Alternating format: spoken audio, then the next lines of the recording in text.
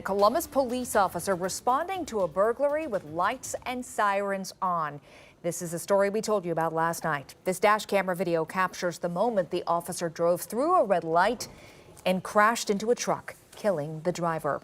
The officer remains on administrative leave while the State Highway Patrol investigates the crash. This new dash camera video here is raising questions, though, about Columbus police policy, specifically when they're responding to emergencies. 10 TV's Kristen McFarland shows us the video here and showed it to legal experts as well to get their insight into what investigators will be looking for.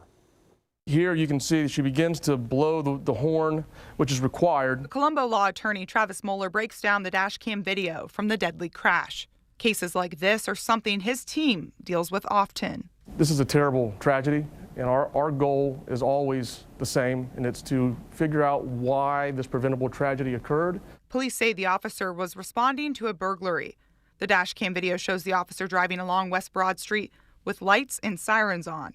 As the cruiser approaches the red light at North Central Avenue, the officer enters the intersection and crashes into a truck.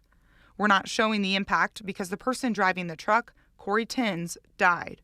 The Columbus Police Department policy requires officers to use due regard going through a stop sign or a red light.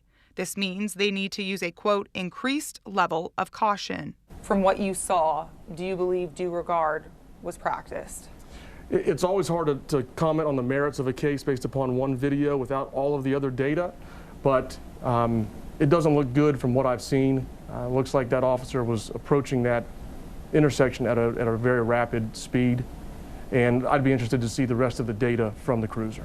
10 TV also spoke with a retired Columbus police commander who is now an attorney teaching officers the law. The first vehicle came through, and then there was a collision with the second vehicle. So why didn't the second vehicle stop? By statute, that vehicle is required to stop as an emergency vehicle approaches the intersection. So there's going to be a lot of additional factors that are going to be done with the interview with the officer. Mueller explains that crashes involving emergency responders are more complicated because different traffic rules come into play. When you're dealing with an emergency responder, whether it's a police officer or an ambulance, they have different rules, and they have a hard and a difficult job, and they're trying to get places for important reasons.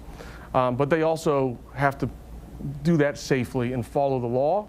But it does make these cases more difficult. The Ohio State Highway Patrol continues to investigate. Reporting in Columbus, Kristen McFarland, 10 TV News.